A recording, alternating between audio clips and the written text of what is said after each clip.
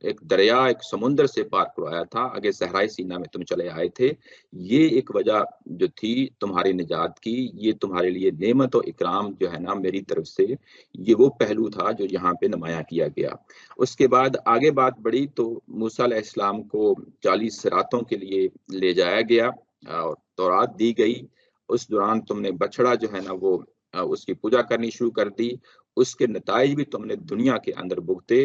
اس کے بعد جب آگے مزید بات بڑھی تو اگلا واقعہ جو ہمیں بتایا گیا وہ یہ کہ اللہ تعالیٰ کی ذات کو جب تم نے اپنی آنکھوں سے دیکھنے کا مطالبہ کیا تھا تو میں نے تمہیں اس وقت بھی ایک سزا دی تھی. یعنی یہ سزائیں ہیں اور یہ انعام و اکرام کی بارشیں ہیں جو ان کے سامنے رکھی جا رہی ہیں. انعام و اکرام کی بارشیں یہ کہ جب تم صحرا میں آ گئے تو پھر میں نے من و سلوا بھی تمہارے اوپر اتارا, پھر میں نے تمہارے لیے 12 پانی کے چشمے بھی جاری کر دیے, پھر میں نے تمہارے اوپر بادلوں کا سایہ بھی کیا. تو یہ اس طریقے سے سارے پہلو جزا اور سزا کے جو ان کے ساتھ بیتے تھے دور اول میں, وہ ان اہل یہود کے سامنے رکھ دیے جو اس وقت قرآن کی دعوت کے مخاطبین تھے. آگے بات بڑھی تو یہ کہا کہ جو ہم نے 7واں اور آخری پچھلے سیشن کا جو ہم نے چیز پڑھی تھی اس میں یہ کہا گیا تھا کہ ان کو پانی کی ضرورت پڑی اور پانی کی ضرورت کے لیے اللہ تعالیٰ کی ذات نے ان کے لیے 12 چشمے جاری کر دیے.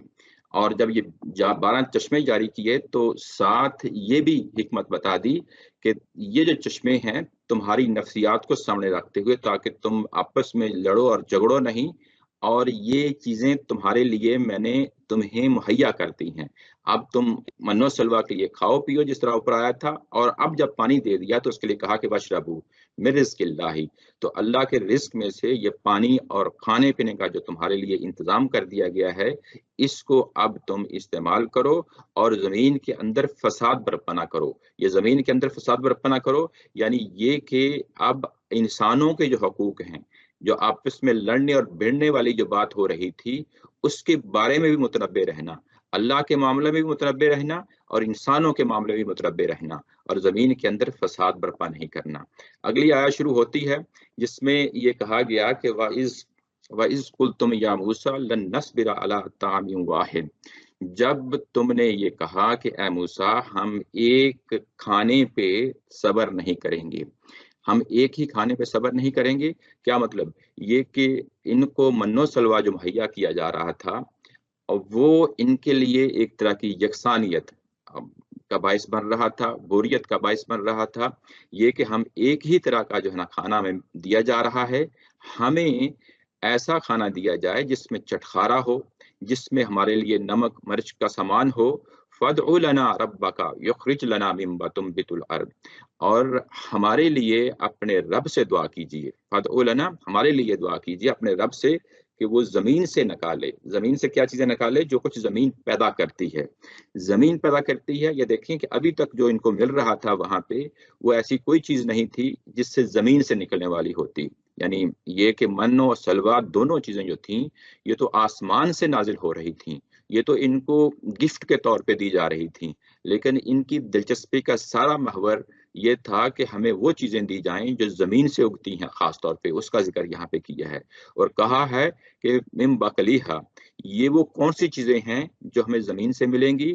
یہ کہ یہاں پہ سبزیوں کا نام لیا گیا ہے. بقلی ہا کا یہاں پہ کہ یہ زمین اپنی سبزیوں میں سے نکالتی ہے, وہ چیزیں ہمیں چاہیے. ترکاریاں ہیں, سبزیاں ہیں, وہ چاہیے. آگے اس کی تفصیل کی ہے کہ وہ کون کون سی چیزیں ہیں جو زمین سے نکلتی ہیں. کہا گیا کہ وہ قصائیہا, یہ ککڑیاں ہیں, کھیرے ہیں جن کا یہاں پہ نام لیا گیا. قصہ یہ کھیرے ہیں, ککڑیاں ہیں, یہ ہمیں چاہیے. وفومیہا, اور اس سے نکلنے والا لہسن جو ہے نا ہمیں چاہیے. فوم لہسن کو کہتے ہیں. یہ فوم جو لفظ ہے یہ ہماری جب پنجابی میں آیا اور سندھی زبان میں آیا تو تھوم کہلایا, یعنی یہ وہیں سے ہی لفظ آیا ہوا عربوں سے. تو ہمیں زمین سے نکلنے والا تھوم یا لہسن چاہیے. وعدسیہا, اور ہمیں مسور کی دال چاہیے. وبصلیہا, اور ہمیں پیاز چاہیے. یعنی یہ وہ چیزیں ہیں جو انہوں نے گنوا کے نام لے کے بتائیں کہ یہ چیزیں ہیں جو ہمیں چاہیے. اور یہ بائبل کے اندر بھی نیچے پیراگراف دیا گیا ہے, وہاں پہ بھی یہی چیز لکھی ہے. تو یہ انہوں نے مطالبہ کیا تھا حضرت موسیٰ علیہ السلام سے کہ اب ہمیں، آپ تو وہاں سے لے آئے، مصر سے نکال کے لے آئے، ہمیں وہاں کی مچھلی یاد آتی ہے، ہم وہاں مفت کے کھانے کھاتے تھے، ہمیں کھیرے ملتے تھے، خربوزے ملتے تھے، پیاز اور لہسن ملتا تھا، اب تو ہماری جان خشک ہو گئی، یہاں ہمیں کوئی چیز میسر نہیں مل رہی سوائے منو اور سلوا کے، کوئی اور چیز ہمیں دکھائی نہیں دیتی۔ جب انہوں نے اس طرح کا مطالبہ کیا تو اس کے بعد موسیٰ علیہ السلام فرماتے ہیں کالا، یہ موسیٰ علیہ السلام کہہ رہے ہیں کہ اتستبدلون الذی هو ادنی بالذی هو خیر، کہ کیا تم بدلنا چاہتے ہو، یعنی ایک جگہ کی ایک چیز کی بے نسبت دوسری چیز کو پریفر کر رہے ہو۔ وہ کون سی چیز ہے؟ گھٹیا چیز، یہ کم تر چیز کو تم نے، یعنی ایک اس کو لیا اور اس کے ساتھ ایک بہتر چیز کو جو ہے نا، یعنی جو تبادلہ ہو رہا ہے وہ کون سا ہے؟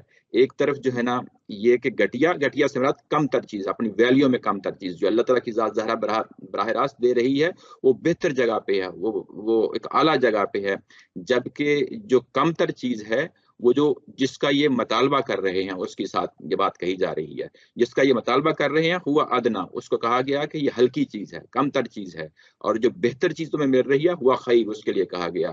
تو کیا تم جو ہے جب یہ مطالبہ کرتے ہو تو تم ایک بہتر چیز کو کم تر چیزوں سے بدلنا چاہتے ہو؟ کیا تم یہ کرنا چاہتے ہو؟ اگر تمہارا یہ نقطہ نظر ہے اہبطوا مصر، تو پھر جاؤ یہاں سے نکلو، یہ تمہیں کسی مصر جیسی ہی جگہ پہ یہ چیز ملے گی، مصر جیسی ہی جگہ پہ چیز ملے گی۔ یہ بڑا اہم پوائنٹ ہے یہاں پہ کہ یہ لفظ یہاں پہ جو مصر آیا ہے یہ مصرن آیا ہے، یہ اس کے ساتھ تنوین ہے۔ عام عربی زبان کے قاعدے کے مطابق جو مصر کا لفظ ہے اس کے اوپر تنوین نہیں آتی۔ یہ جو عربی زبان کے اندر ناؤن ہوتے ہیں، پراپر ناؤن، یوجلی جس طرح عثمان ہے یا اس طرح اور نام ہیں یا مصر ہے یہاں پہ، تو ان کے اوپر تنوین نہیں آتی، یہ پراپر ناؤن کے ساتھ تنوین نہیں آتی۔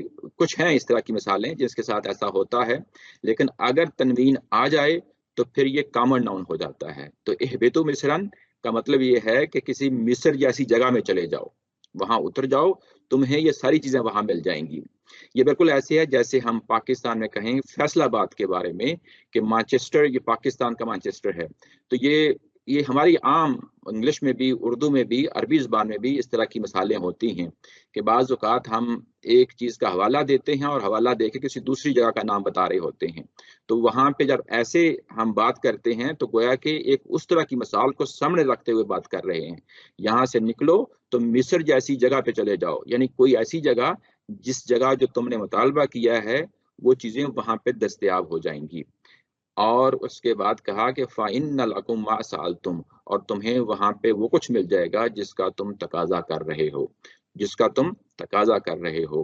گویا کہ ابھی تک جو صورتحال ہے، جتنے بھی پچھلے 7 واقعات جو ہم نے پڑھے ہیں، وہاں پہ قدم قدم پہ ان کی شکایات ہیں، قدم قدم پہ یہ مسائل کھڑے کر رہے ہیں، ان کو جس منصب اور جس اعلیٰ جگہ پہ رکھا گیا تھا اس کی ذمہ داریاں جو ان کو دی گئی تھیں اس کا انہوں نے لحاظ نہیں کیا، اور قدم قدم پہ زمین میں یہ فساد برپا کر رہے ہیں، اپنے لیے بھی اور اللہ کے رسول کے لیے بھی یہ مسائل کھڑے کر رہے ہیں۔ گویا کہ یہاں پہ حضرت موسیٰ علیہ السلام کی ایک جنجلاہٹ ہے، اور یہ جنجلاہٹ جو ہے وہ اب آخری مرحلہ آ گیا ہے کہ جس کے نتیجے میں بنی اسرائیل کے ساتھ کچھ معاملہ کرنا ہے اللہ تعالیٰ کی ذات نے۔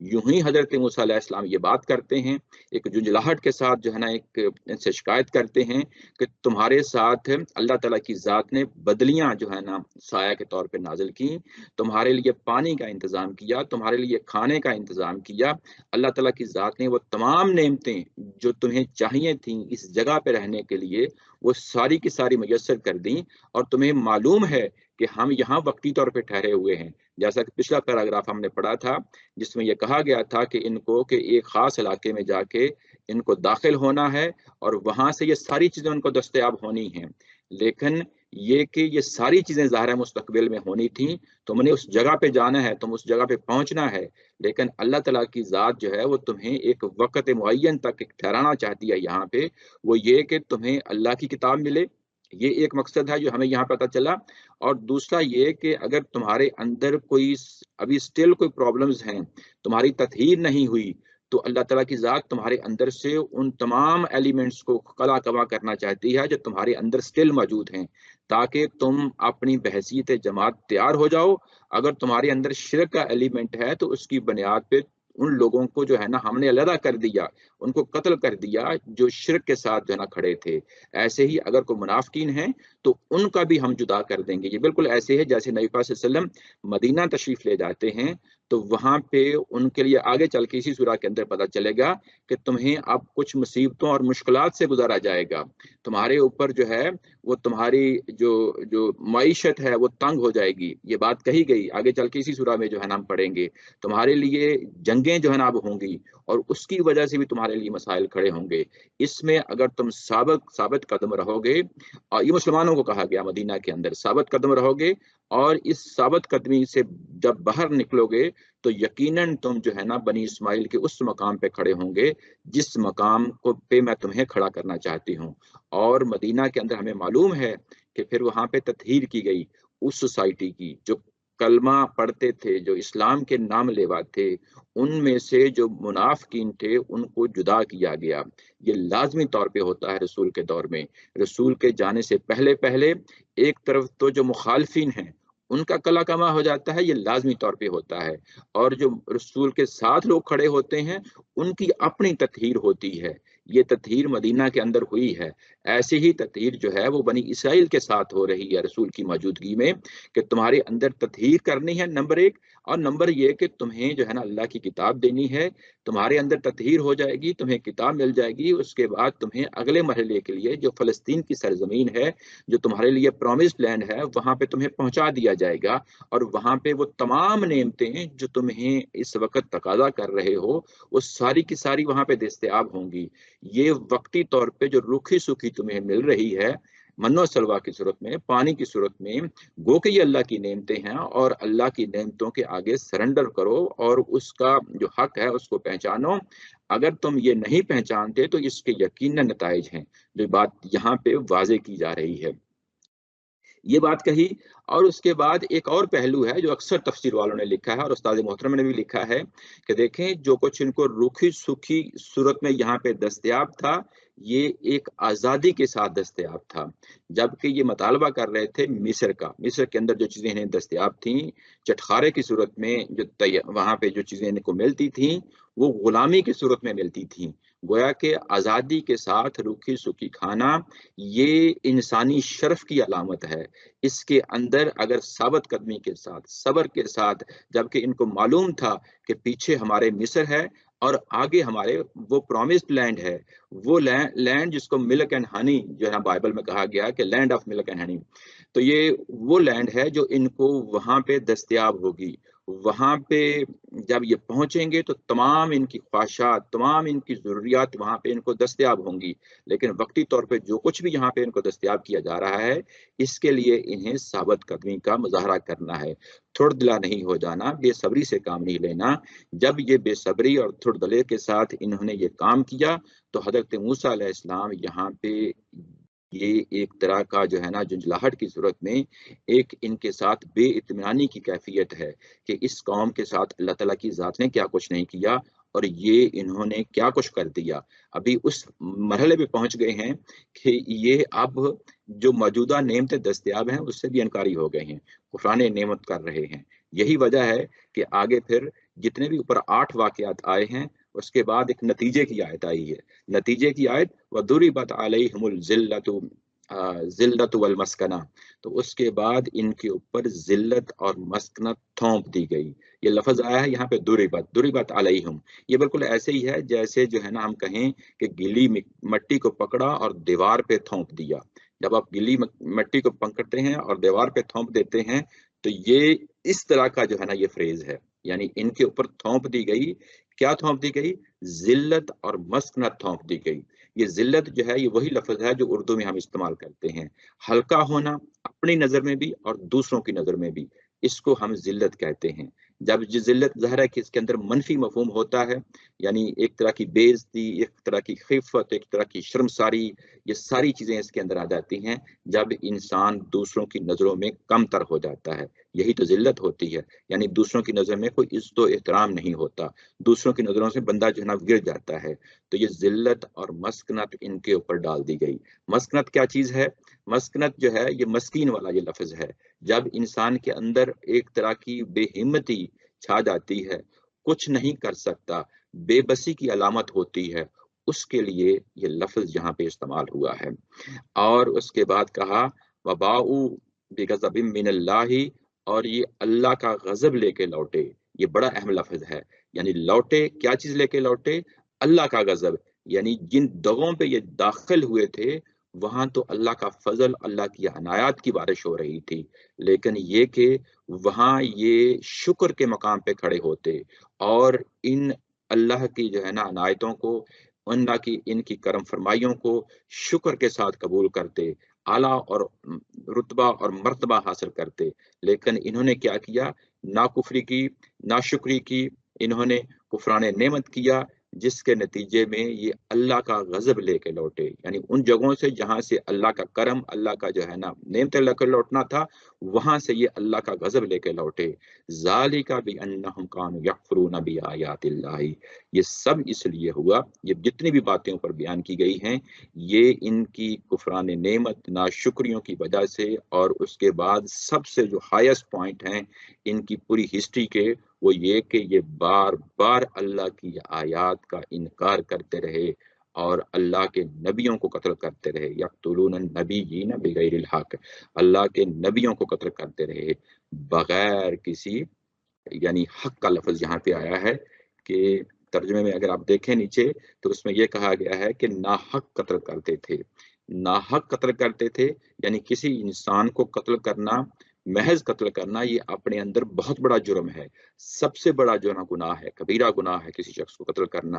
اور اس کے بعد ناحق قتل کرنا یہ جرم کی شناعت کو ظاہر کرتا ہے کہ ان کا تو کوئی قصور بھی نہیں تھا، انہوں نے کوئی غلطی بھی نہیں کی تھی، اس کے باوجود تم نے اپنے نبیوں کا قتل کیا۔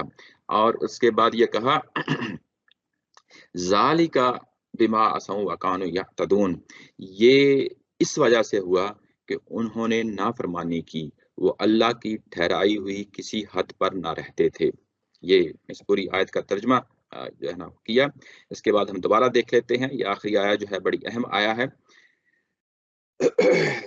یہ کہ ان کے اوپر ذلت اور مسکنت تھوپ دی گئی۔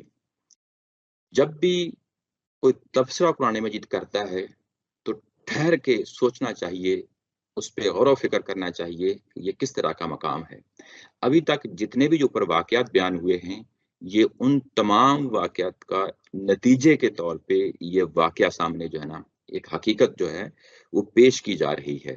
وہ یہ اوپر 8 کے 8 واقعات بیان کرنے کے بعد یہ کہا کہ ذلت اور مسکنت ان کی اوپر والی جو حرکتیں ہیں اس کی بنیاد پہ ٹھونس دی گئی۔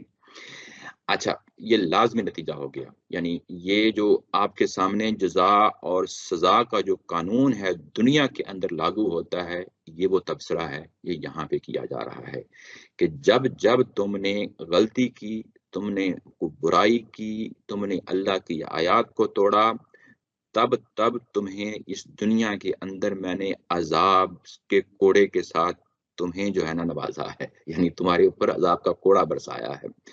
یہ دنیا کے اندر قانون جاری و ساری ہے، بنی اسرائیل کے ساتھ بھی اور بنی اسماعیل کے ساتھ بھی۔